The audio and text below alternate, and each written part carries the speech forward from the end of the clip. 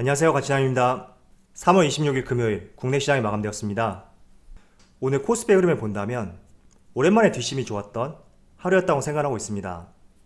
물론 개별 종목마다 조금의 흐름은 다르겠지만 그래도 전반적으로 오늘 양호한 흐름이지 않았을까 이렇게 생각하고 있습니다. 자, 오늘 코스피는 1%의 상승이 나왔고 3041포인트에 마무리가 되었습니다. 그리고 코스닥은 0.2%의 상승을 보여주었습니다. 그래서 오늘 금요일이고 또 불금이라고 하잖아요. 다행히 코스피도 그에 맞게 좋은 흐름이 나온 것 같습니다. 자, 이어서 삼성전자. 오늘 삼성전자는 보합세를 보여주었고 81,500원에 마무리가 되었습니다. 그런데 현대차, 자동차 관련주들은 썩 좋은 흐름은 아니었거든요.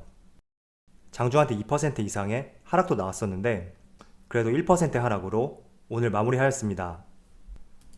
자, 그리고 LG화학. 오늘 약 2% 가까운 상승이 나왔고 다시 80만원을 돌파를 하였습니다. 지금 3거래일째 상승이 나오고 있는데 저는 3일 동안 상승이 이어지고 있다, 이런 측면보다 지금 3일 동안 하락폭이 제동이 걸렸다, 이렇게 생각하는 것이 더 맞을 것 같아요. 그래서 아직까지 확실하게 2차전지에 대해서 투자 심리가 개선된 것은 아니지만 조금은 브레이크가 걸린 만큼 한번 관심을 가져보기에 좋은 시점이 될 수도 있다고 그렇게 생각하고 있습니다. 자, 그리고 대표적으로 경기 민감주 포스코 같은 경우에도 무려 3%의 상승이 나오면서 오늘은 대체적으로 양호했던 하루였던 것 같습니다. 자, 그럼 바로 수급을 한번 살펴볼게요. 먼저 코스피의 수급을 살펴보면 오늘 오랜만에 기관과 외국인의 동반 순매수가 있었고 기관은 금융투자를 중심으로 매수세가 이어졌습니다. 동반 순매수를 보여준 것은 3월 18일이죠. 이때 이후로 처음이네요. 자, 이번에는 코스닥을 살펴보면 코스닥은 반대로 기관과 외국인의 동반 순매도가 있었지만 그래도 소폭으로 상승을 보여주었습니다.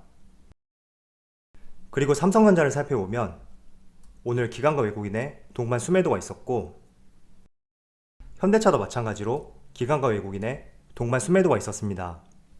지금 6거래일째 하락이 나오고 있네요. 자, 그리고 LG화학. 오늘 LG화학은 3거래일째 빨간불이 들어왔는데 기관의 순매수가 이어지고 있거든요.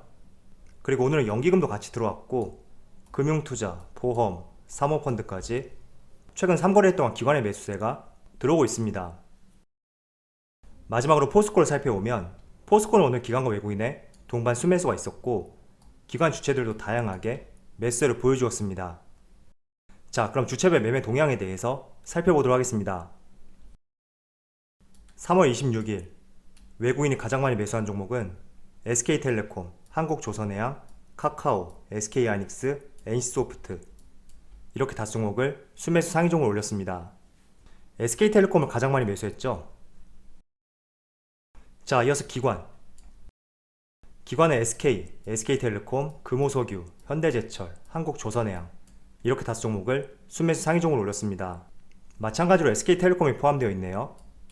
그리고 SK지주사도 있고 제가 전반적으로 SK 관련주에 대해서는 오늘이 아니라 내일 오전에 말씀을 드려보겠습니다.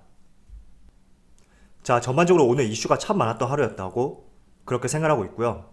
오늘뿐만 아니라 다음 주에도 상당히 많은 이슈가 있습니다. 그래서 전반적으로 오늘하고 내일 여러가지 이슈에 대해서 한번 말씀을 드려보겠습니다. 자, 다들 수혜주나 마비권에 대해서 한 번씩 들어보셨을 거예요. 대만 국적 컨테이너선이 아시아와 유럽을 잇는 이 수에즈 운하에 좌초되어서 많은 선박들이 움직이지 못하고 있는 이런 상황에 봉착이 되어 있습니다. 자, 그 때문에 한때 국제 유가가 강한 상승이 나왔고 지금은 조금 진정이 되었습니다. 자, 그런데 이런 이슈로 인해서 그동안 워낙 흐름이 좋았던 HMM, 물 만난 고기를 만난 것처럼 상당히 좋은 강세 흐름을 보여주고 있습니다. 자, 잠깐 차트를 볼게요.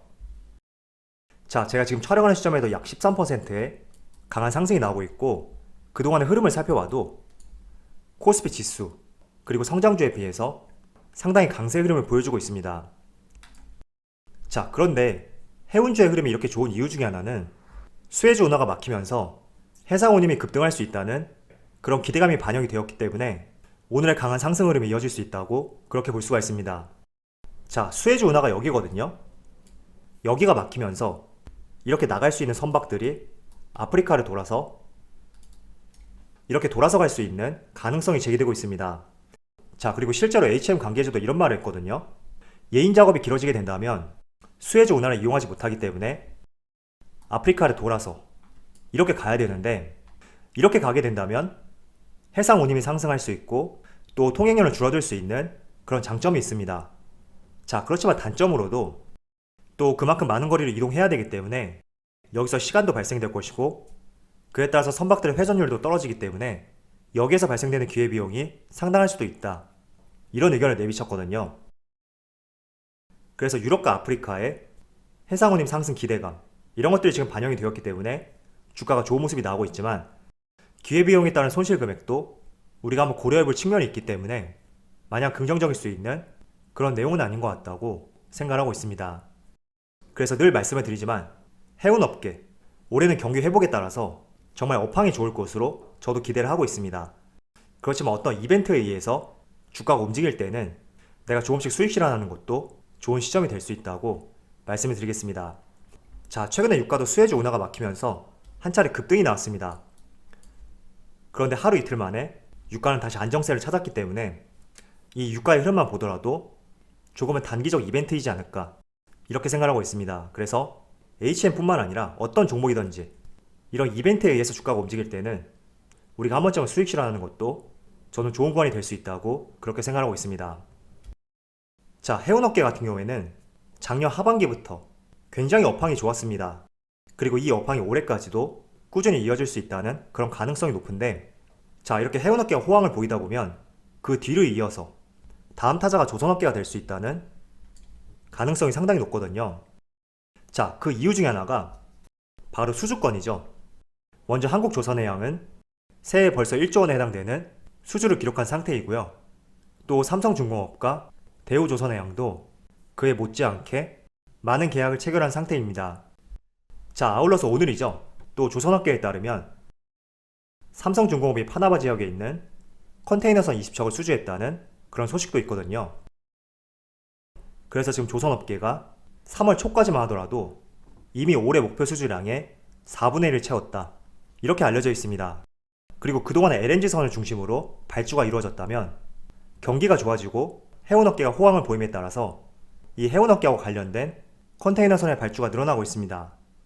실제로 오늘 삼성중공업이 수주했던 20척 규모의 선박, 컨테이너선이었죠. 그래서 해운업계와 조선업계 조금은 연관성이 있기 때문에 그동안 해운업계의 흐름을 본다면 컨테이너선 발주 당연히 이어질 수밖에 없는 그런 내용이 될 수 있고, 어쩌면 이 해운업계를 따라서 뒤를 이어서 조선업계가 또 좋은 흐름이 이어질 가능성도 상당히 높습니다. 그래서 이 해운업계, HM뿐만 아니라 펜오션, 대한해운 다양하게 많잖아요. 이런 산업에 속한 종목들을 매수하기에는 조금은 부담스럽다면 다음 타자는 조선업계가 될 수도 있으니까 우리가 한번 기대를 해보는 것도 좋을 것 같습니다. 자, 아울러서 또 작년에 카타르 LNG선, 국내 조선업체 빅3와 함께 슬롯 계약을 맺은 상태거든요. 이 슬롯 계약이라는 것은 발주를 줄 테니까 공간을 확보해달라, 이런 뜻이 될 수 있는데 조만간에 발주를 개시할 가능성이 상당히 높습니다. 그래서 올 한 해 동안은 한번 국내 조선업계를 또 관심을 가져본다면 충분히 수익을 볼 수 있는 그런 기회가 생길 수도 있다고 저는 생각하고 있습니다. 자, 이제 다음 주면 4월달에 접어들잖아요. 이 4월달은 실적 시즌이 될 수가 있는데, 많은 증권사들의 삼성전자의 1분기 실적 전망치를 본다면 대체적으로 영업이익이 8조 원대, 8조 원대를 전망을 하고 있습니다. 그래서 영업이익만 본다면 삼성전자 치고는 그렇게 많은 영업이익은 아니다, 그렇게 볼 수가 있고, 실제로 우리가 반도체 기업들을 기대하는 시점이 2분기거든요. 왜냐하면 2분기부터 본격적인 디램 가격 상승이 전망이 되고 있고, 이런 부분이 반영이 될 수 있는 그런 가능성이 있습니다. 자, 그리고 한 가지 주목해볼 점이 있는데 3월 31일이거든요. 이때 메모리 반도체 3위 기업인 미국의 마이크론 테크놀로지 실적 추정치 발표가 있습니다. 실제로 마이크론 테크놀로지 같은 경우에는 국내와 달리 회계 연도가 한 달 앞당겨져 있거든요. 그래서 조금 더 빠르게 실적 발표가 이루어질 수 있고, 우리가 마이크론 테크놀로지의 실적 발표를 통해서 또 SK 하이닉스와 삼성전자 실적 추정치를 한번 가늠해 볼 수가 있습니다. 그래서 여러분들이 3월 31일에 삼성전자와 SK 하이닉스의 영업이익을 가늠해 볼 수 있는 마이크론 테크놀로지의 실적 추정치 한번 확인해 보시고요. 또 지금 DXI 지수를 보시면 D램 가격 지수거든요. 메모리 반도체 가격과 생산량 추이를 수치한 것인데, 보통 반도체 가격 추이를 예측할 때 이 DXI 지수, 이 지수를 많이 활용하고 있습니다. 그런데 보시는 것처럼 꾸준히 상승세를 보여주고 있고, 그리고 11월 말 대비 거의 2배 가까운 DXI 지수의 상승이 있었습니다. 그래서 언제나 말씀을 드리지만, 가격이 상승한다는 것은 실적도 개선될 수 있고, 또 실적이 개선된다는 것은 주가가 연동될 수 있다.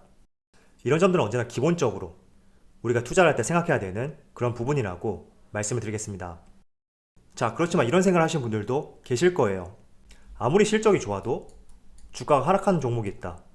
물론 맞는 얘기입니다. 그렇지만 제가 말씀드리는 것은 항상 추세적인 면, 이런 부분을 말씀드리는 것이거든요. 자, 계절로 예를 들어 볼게요. 우리가 봄이 되면 꽃이 피고, 여름이 되면 장마가 오고, 또 겨울에는 눈이 오죠.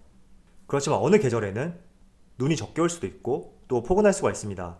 그렇다고 해서 겨울이 되어서 기온이 20도, 30도 이렇게 올라갈 것이라고는 어느 누구도 생각하지 않는단 말이죠. 그런 측면에서 결국엔 실적, 긍정적인 실적은 결국 주가하고 상관관계가 있습니다. 제가 차트를 보여드릴게요. 자, 먼저 현대차를 보여드릴게요. 여기 위에 있는 차트는 현대차의 월봉 차트이고, 또 가운데는 영업이익, 그리고 밑에는 당기순이익입니다. 자, 그런데 2011년도부터 2013년까지 주가가 20만원에서 25만원까지 상당히 고점을 보여주었는데, 그 당시에 영업이익이 약 8조 초반 이 정도 나왔습니다.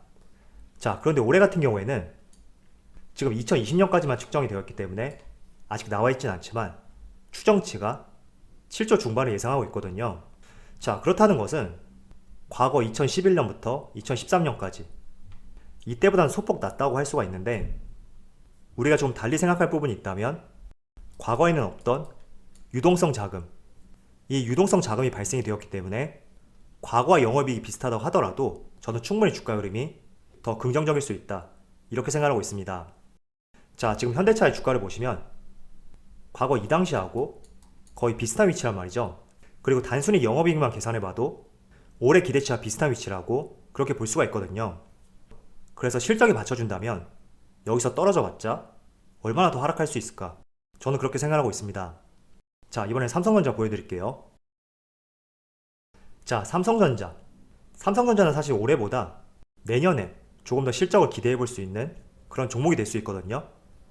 올해 영업이익 추정치는 약 40조 후반, 그리고 내년에는 약 60조까지 전망을 하고 있습니다. 그래서 올해 실적만 본다면 과거 2018년 이 당시보다는 조금 못 미치거든요. 그래서 단순하게 영업이익과 주가 이렇게 비교를 해본다면 6만원대가 정상이겠죠? 그런데 지금 주가는 8만원이 넘었습니다. 그래서 여러분들에게 고점이다, 이런 말씀을 드리려는 것은 아니고요.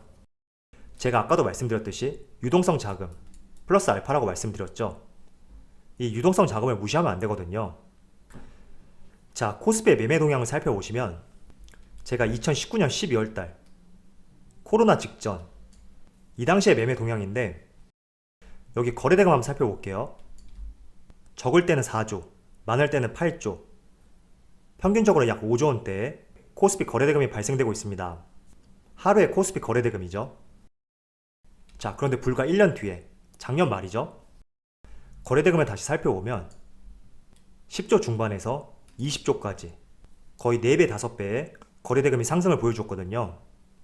자, 그렇다면 올해 초, 자, 올해 초인 1월달에 살펴보면 많을 때는 40조, 30조, 그리고 대부분이 20조를 넘어섰습니다. 그래서 19년 12월과 비교해본다면 많을 때는 10배, 평균으로 본다면 5배, 6배의 거래대금의 상승이 있습니다. 자, 그래서 과거 영업이익과 지금의 영업이익을 보면서 주가의 위치를 비교하는 것은 조금은 무리가 있을 수 있다, 이런 말씀을 먼저 드리고요. 또 주가라는 것은 얼마나 이 산업을 보는데 기대감이 실려 있느냐, 이 차이도 있거든요. 이게 바로 PER이죠. 그래서 평균적으로 PER을 살펴보면 경기 방어주, 경기 민감주 이런 산업들의 PER이 조금 낮습니다. 왜냐하면 성장성에 대해서 우리가 조금은 기대를 할 수 없기 때문에 이 PR이 낮을 수밖에 없고, 반대로 성장 산업이 될 수 있는 카카오, 네이버, 그리고 2차전지, 이런 산업들은 PER이 조금 높거든요. 그래서 이런 부분도 고려해야 된다고 말씀을 드리고, 어쨌든 가장 중요한 것은 삼성전자의 차트와 영업이익, 이 흐름만 보시더라도 주가는 실적에 비례한다, 이 점을 알 수가 있을 거예요. 그래서 실적이 저조하지 않다면 반드시 주가는 실적이 수렴할 것이고, 또 지금 실적이 부진하고 조금은 정체되어 있다고 하더라도 앞으로의 실적이 기대되는 그런 산업이라면 지금보다는 미래의 점수를 더 부여해서 주가가 상승이 나올 수가 있습니다. 그래서 항상 실적을 기반으로 주가의 움직임을 생각하자, 이렇게 말씀을 드리겠습니다. 자, 그럼 현대차 말고 기아차도 한번 볼까요? 기아차의 주가 위치를 살펴봐도 지금 8만원대니까 2011년, 12년 이 당시하고 거의 비슷한 위치죠. 그런데 2021년 올해 같은 경우에는 영업이익이 11년, 12년도보다 조금 더 높은 위치를 전망하고 있습니다. 약 4조 중반대를 예측하고 있는데, 충분히 지금 시점은 고점이라고 볼 수도 없고, 최근에 지루하고 조금은 하락세가 이어진다고 하더라도 굳이 손실을 감내하고 매도할 필요는 없다고 저는 생각하고 있습니다. 자, 그래서 이런 부분을 다양하게 생각해 보시고요. 여러분들이 매매를 하시는데 참고사항이 되었으면 좋겠습니다. 자, 그래도 한 주의 마무리인 금요일날 그래도 코스피 지수가 상승했던 만큼 조금은 긍정적인 마무리였던 것 같아요. 그래서 보다 나은 다음 주를 위해서 주말 잘 보내시고 즐거운 저녁 보내셨으면 좋겠습니다. 그럼 오늘 영상에서 마치도록 하고요. 언제나 여러분들의 성공 투자를 기원하도록 하겠습니다. 감사합니다.